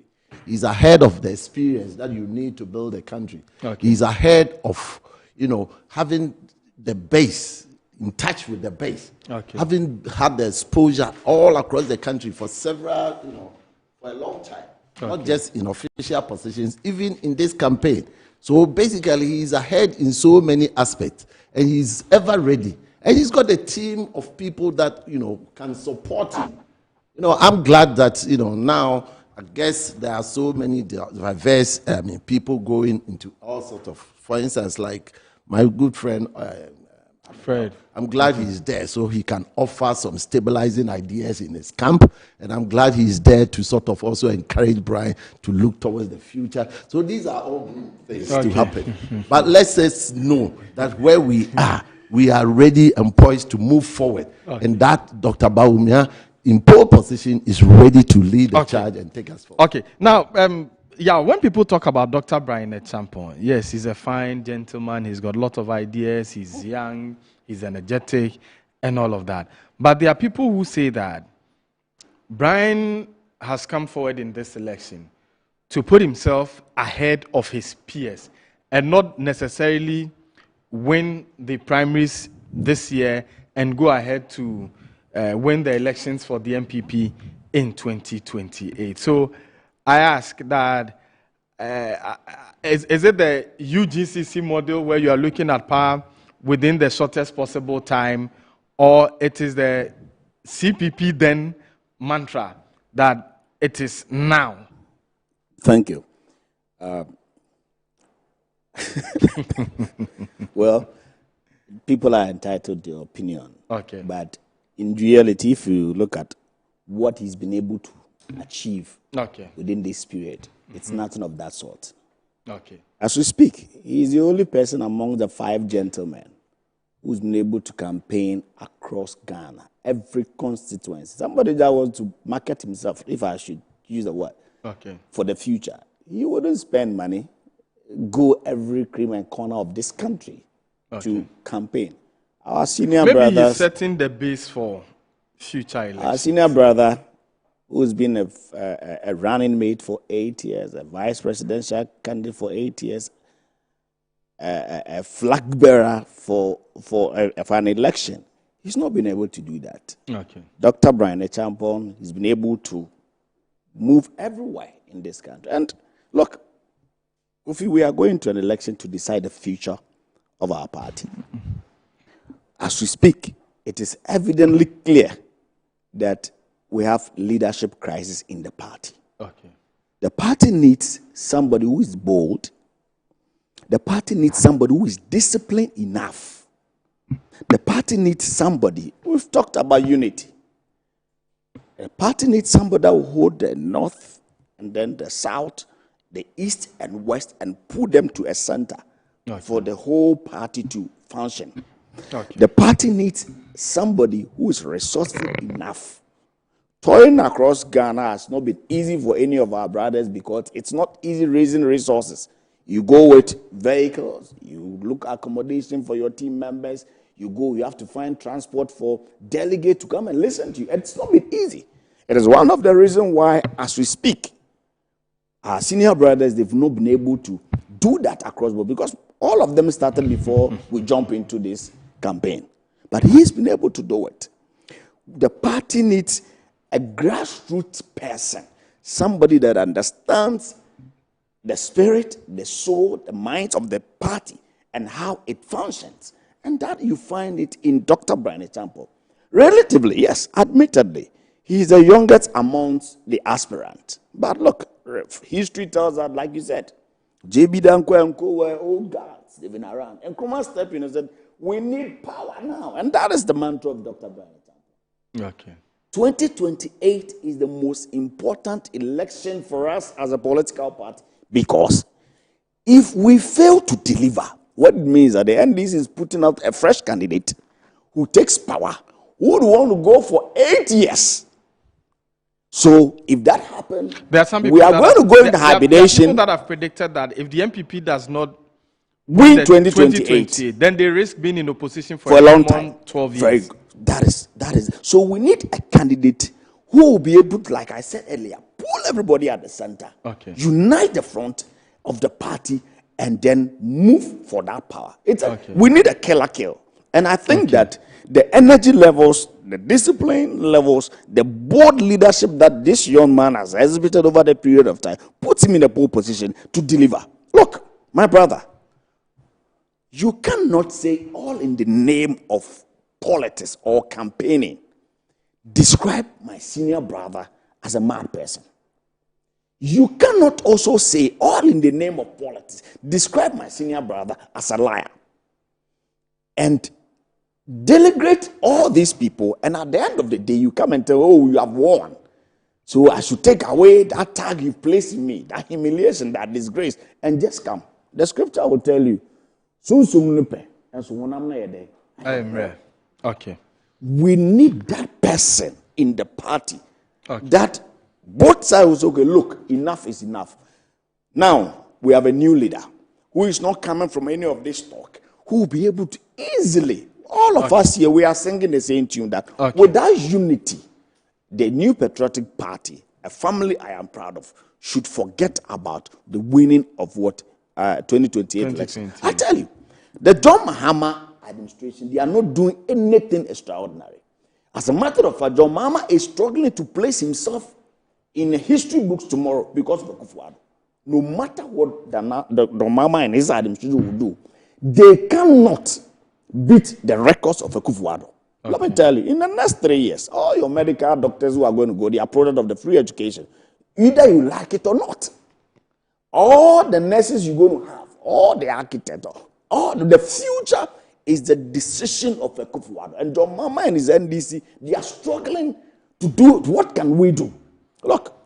Then it shouldn't be difficult for the MPP to win in It is difficult because if your front is not united. Look, statistics shows us that 2.5 million of our people who voted for Kufuor in 2020 did not vote us. Let me tell you, do a comparative analysis of the vote John Mahama got in 2020 election. You will know that he was able to add a little over 100,000 to his vote. Okay. However, we could not bring our people to come and vote because, like you said earlier, Alan Martin has broken away. What means that anytime the New Patriotic Party is divided, and this date as back in 1978, our brother can attest to it. When Victor Wusu and the Popular Front Party and then the ANC divided, that allowed Liman to take advantage and won that election. Okay. Now, we are also there again. We need that unifier who will be able to break their ranks and pull our brothers together. Okay. And then NDC will not be a match for us. I mean, we like to ask... And the person, listen, and the person is Dr. Brian Champon.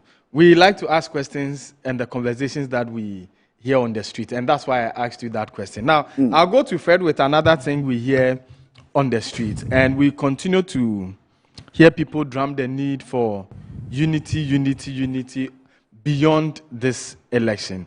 And on the streets, there are those that have said that there are fears of Kennedy Agyapong breaking away or disrupting the whole system if he does not emerge as the flag bearer of the New Patriotic Party. The history doesn't justify that. Okay. He contested an election before. Yeah. A first timer. He announced coming even later, and he garnered over 30% of the votes. That was unprecedented. That was, I mean, creditable. You have to give him that. Look, at the base of unity, okay, is the fact that we can win the elections. At the base of it. Okay. If there is no spirit or enthusiasm that we will win the elections, that unity might be sluggish, because what is the benefit if we come together? What are we going to do anyways? Okay. So I believe strongly that beyond unity, what is fundamental, that is why we are doing that now. Look, the reason why we went for the election, or we are going for the elections, before any other thing, and to the extent that we had to change our constitution, was to ensure that, one, we present the candidates for 2028, and then we can go back and rebuild the party. Okay. So it is extremely important for us to understand that before we achieve unity, we must know that the candidate we are going to present is a winnable candidate. Okay. He can win us the elections. That is number one. Is there anyone among the five, apart from Kennedy or Agyapong, who can win power for the MPP in 2028? Look, it is not really about me. And the decision to even join Kennedy Agyapong's campaign is not about Kofi Ameyar or me. Okay. Because I do not have a direct relationship with him. It is what the people are asking for. Okay. It is what Ghanaians are asking for. Okay. When I started, or I was making my initial remarks, I made mention of the fact that when you go out there, just yesterday, I went to a restaurant to get food, and I met these two gentlemen, okay? And one of them asked me, oh, I recognize you. Where do I recognize you? Eventually, it was on TV. And then you speak for him. I said, yes. The two of them, they want Kennedy to come. Okay. And many other conversations we've had. So it is not just about who can win. Of course, these 5 gentlemen, every one of them is capable of leading this country. They have done so well for themselves privately. They have done so well for themselves even in the public space. We've had the vice president who was a vice presidential candidate for 8 years, vice president for another 8 years, 16 years of experience. That is huge. We've had Dr. Brian Champon, a businessman who has been in the public service for a very long time. We have Duchum and all of these people, including my very own candidate, who has the credibility of creating jobs. One of the key ingredients in deciding who becomes the president in 2028, because it's clear, crystal clear, that the NDC administration will not be able to provide the needed jobs, even what they promise and what they can be able to do. So going into 2028, the campaign message will be about jobs, jobs, and jobs. And the question will be that who is credible, who has the wherewithal, who has the history, who has shown working as far as industrialization, as far as making sure that the ordinary Ghanaian and the young people get jobs to do. And that person is Kennedy Ohene Japan. So again, for me, going into the next week's elections, one overarching principle that should be at the mind or in the minds of every delegate is that, do we want power in 2028 or we can still wait? If indeed, as a political party, we want power in 2028, which is extremely possible, we should bring Kennedy Japan, because he can give us the pathway to the Jubilee House. Apart from him, any other person will be extremely difficult. And then my brother will take over. Look, Kofi, Frederick, let's be assertive in our minds that, look, without the unity of this party, the New Patriotic Party should forget about 2028. And we need a candidate, first of all, who will be able to unite the party. That's the first thing. Second thing, we also need a candidate that we can market to the people of Ghana after our election. But what puts Dr. Brian Champon ahead of the other candidates as the one better placed to unify the MPP party? Straightforward. He's been able to organize himself so well in this election that, look, let me run a quick way among my two brothers. In the event that Dr. Bawumia did not make it, in the event that the two of them, in the event that, for instance, if we should go for a runoff, ask them that in the event that Dr. Bawumia is not part, who would he vote for between Ken and then Dr. Brian Champon? Ask my brother. Just the two. Yes, just the two. Between Brian and then. Please, just the two. I've always tried to tell people that it is not a straight contest between just these contestants. So I'm saying for these contestants who have come forward to challenge Dr. Mahmoud Bawumia, there are other candidates who are sitting on the bench who have we also know. So whenever I'm asked this question, I also take the opportunity we also know, let's not be. I know. I understand what you're saying. What is happening? We know that in this contest, it's a 3-horse race. That is why the three of us are here. It's not three. Listen. That's why the three of us are here. I would agree with you on that. Yes. He's the compromise candidate that is easy to go to than any of our senior brothers. We acknowledge their strength. Look, on the issue of unity, once this thing comes up, I know you wanted me to come in after you anyway. So on the issue of unity, we all know clearly where we are talking, where we are going when we talk about unity. The last time, when we are the reason why we are driving so much this unity thing is that because we knew that there wasn't. And there wasn't that unity because there was some people have become so bitter, either having contested at primaries in their constituencies or at the presidency, and have started even supporting opponents. That is the fear. So of that our is part. what. So I'm so glad today, at least between the three of us, that even Amiao is telling us that there will be that support that is going to come from even losing parties. Because that is going to be very important. You mentioned it and you are right. Mahama only could add about 300,000 to his vote last time. But the numbers that stayed away, that were convinced by our own party people to stay away, was the problem. We'll do another quick break. When we return, Mr. Abebio, there are some questions around the things talked about on the street that we would also want to find out from you. We'll do a quick break. We're back shortly with Inside Pages. Branch manager. Of course, I accept only quality and affordable printed souvenirs for my promotional campaigns. I'm the head of academic affairs of a very important institution in Ghana. Of course, we only deal with quality, reliable printing companies for our institution's printing materials. I'm talking about appointed time printing. Appointed Time Printings. We take pride in our extensive print scope that transform your ideas into captivating visual masterpieces. We delve into the core objectives and vision of each print project. Precision printing is at the heart of our printing process as we meet your tight deadlines. Our rigorous inspection, color verification, and overall printing excellence are assured. 20 years of printing excellence. It's always a pleasure working with you to create a vibrant, dazzling printing experience that gives you a masterpiece. Appointed Time Printing, your world of quality and affordable printing. Healthy soil is where every great harvest begins.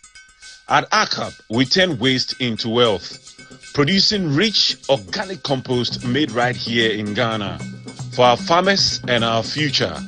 Whether you are planting small or big, ACAP compost improves your soil, boosts your yields, and saves you money. Even in your own home garden, give your soil life naturally. ACAP compost, from waste to wealth.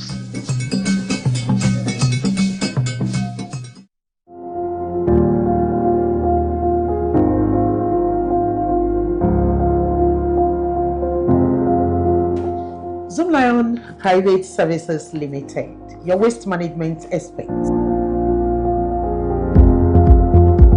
One of the most innovative aspects of our business is our commitment to adopting cutting-edge technologies and sustainable practices in the waste management industry. We have invested in modern waste collection trucks, digital payment systems. We have also implemented efficient waste segregation systems and also developed strategic partnerships with our various stakeholders in the waste management value chain. I can talk about our innovative approach that enables us to reduce waste disposal costs, also minimize our environmental impact, and provide our clients with seamless customer service experience. We are the waste management experts.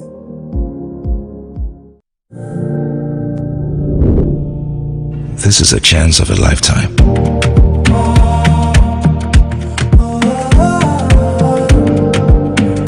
My opportunity.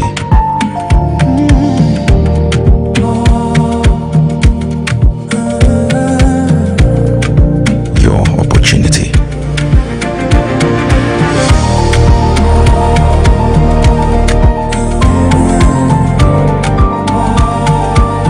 Let's build Ghana together. Come on, let's go.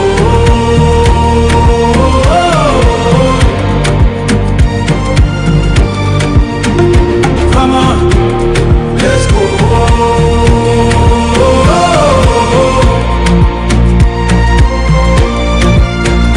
Come on, let's go.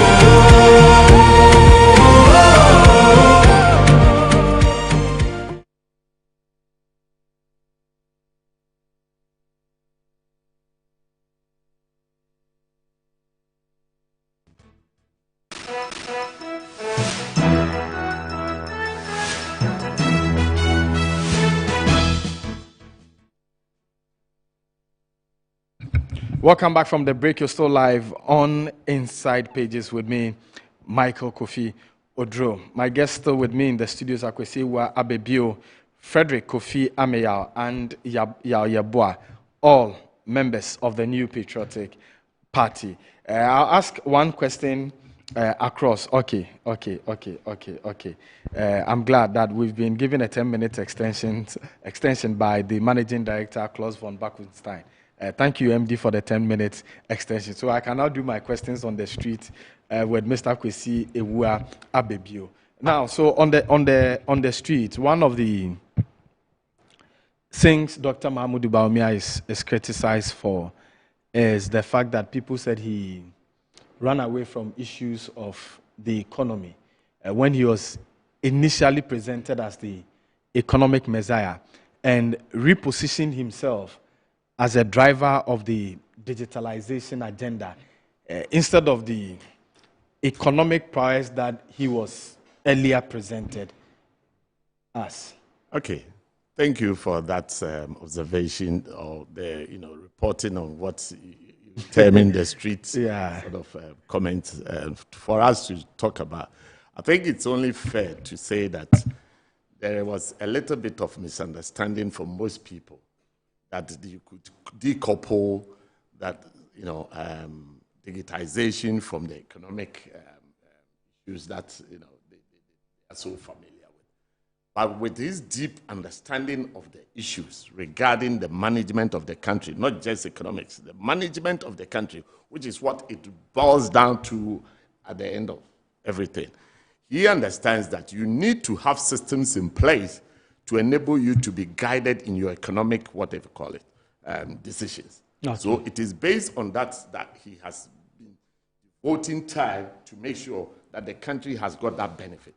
And today, it is an acceptable fact that the country is already reaping those benefits, and therefore giving us a very good view of what the data is as far as economic decisions that have to be made.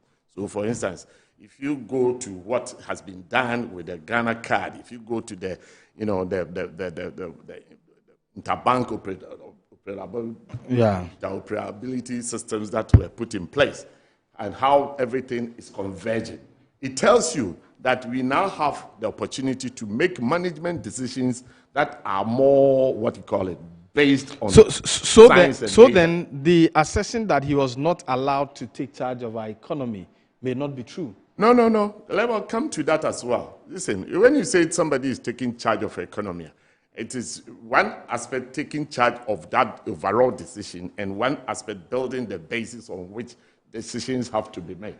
Yeah? Okay. Of course, there was a management team, economic management team. Which he headed.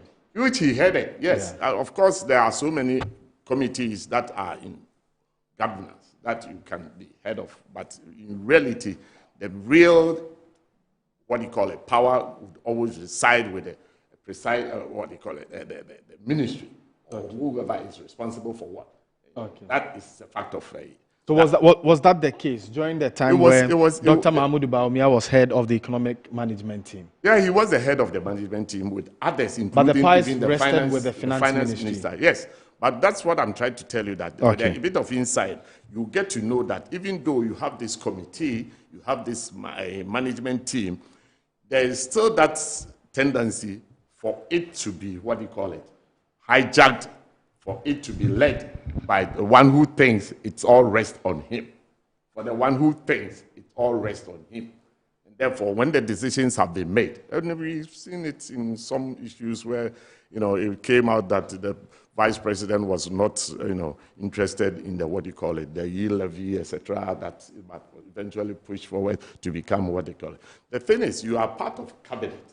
So even when you don't like something, and somebody through his ministry has been able to impose that thing, you have to accept it and go with it. That is what management is all about and governance is all about. Okay. Now, that is why it is even more so necessary that going forward, the country elects somebody who would have that capability of reconciling, of taking other people's opinions and decisions on board, even if it doesn't suit them, which calls for that temperament, which calls for that ability to have that teamwork. You don't want somebody who would be tearing it apart just because the ideas don't suit him. Okay. Who wants to pull it in a specific way, Okay. other than what perhaps will be agreed on. Okay. So we have Muhammad. In the end of it all, I want to end by saying that Bawumia's understanding of economics is closely tied to that digitization program, which is why he has been interested and which is why he has championed. So far, if you want a prophet in this country about the economic environment, you wouldn't have to travel far. But here in Ghana, somebody who would tell you that if the fundamentals are wrong, this will be the outcome. And therefore, when even our own fundamentals got wrong, we saw the outcome. That, for me, was prophetic. That, for me, is a measure of somebody who really understands what economics is all about. And that was what it is. Okay. Now, on the street, and this one, I would want you to spend just about a minute or a minute and a half so that I can share the rest of the 6 minutes. What you want to say for them anyway. Yeah. Now, again, on the street, some of the factors they say works against Dr. Bawumia is the fact that the current president, His Excellency John Dramani Mahama, is a Northerner, and Ghanaians may not want the seat to go to another Northerner. I mean, this is street vibe. And then again, there are those also with the opinion that Ghana is not ready for a Muslim president. How does your camp manage some of these assertions? Of course, we've heard people talk about these things. And of course, it has become, a campaign tool for some people. But just as Mr. Dankwa alluded to, of course, unless you don't want to accept anything that Mr. Dankwa has put forward, that is not something that is of any serious relevance as far as, going forward is concerned for us. The country is looking for a leadership that will be inspiring. The country is looking for leadership that is going to be truthful. The country is looking for leadership that will mobilize the youth and make sure that they have something to do. The country is looking forward to somebody who would be able to take us into the latest century, that is the 21st century, and take advantage of all the technological advances and everything that we need to be able to handle this country. And the issue of tribe and religion, as far as Ghana is concerned, we should thank ourselves, we should thank God that it is so blurred in Ghana. Look, in Ghana as we speak today, if you take the number of people who are marrying across tribes, if you take the number of people who are working across regions, if you take the number of people who have got relatives, there was a time when somebody was joking and he said, "Oh, we will do this to all these people," and he even forgot that his own cousin was one of those people. So these things are, these are some of the things that you talk in the pub under alcohol, where you are all heartedly chatting and making all the ugly noises. Okay. But the country is far wiser and clever than that. Okay, we have a lot of messages coming in, but time will permit us to do just a few. This one says, why are they blaming Dr. Bawumia for the loss of 2024? Where were the party leaders when Akufo-Addo was doing family and friends? But rather, their leaders were only enjoying left and right, and now they are crying out loud about loss of power. Delegates shouldn't make mistake not to vote for Dr. Bawumia. He is capable to win power. Election will yield no dividends. If the party refuses to advise Ken Ofori-Atta to come down and face the law, I say that the good work of His Excellency John Mahama has really made matters worse for their comeback to power. To redeem their image a little bit, they should advise Ken Ofori-Atta to avail himself. This one says, good morning, my host. Let the delegates of MPP understand that with the youth. It is not same. So holistically, the Russia-Ukraine war and the economic issues around the globe affected. We understand all of that. No, I want to. No, your 1 hour 30 seconds. Sorry, your 1 minute 30 seconds is out. All right. Look, the New Patriotic Party needs Dr. Brandon. Okay. We need to rebuild this party. Look, today as we speak, we have 189 orphan constituencies that the New Patriotic Party would have to look for candidates. Okay. There are issues that has happened that has made sure that there's so much division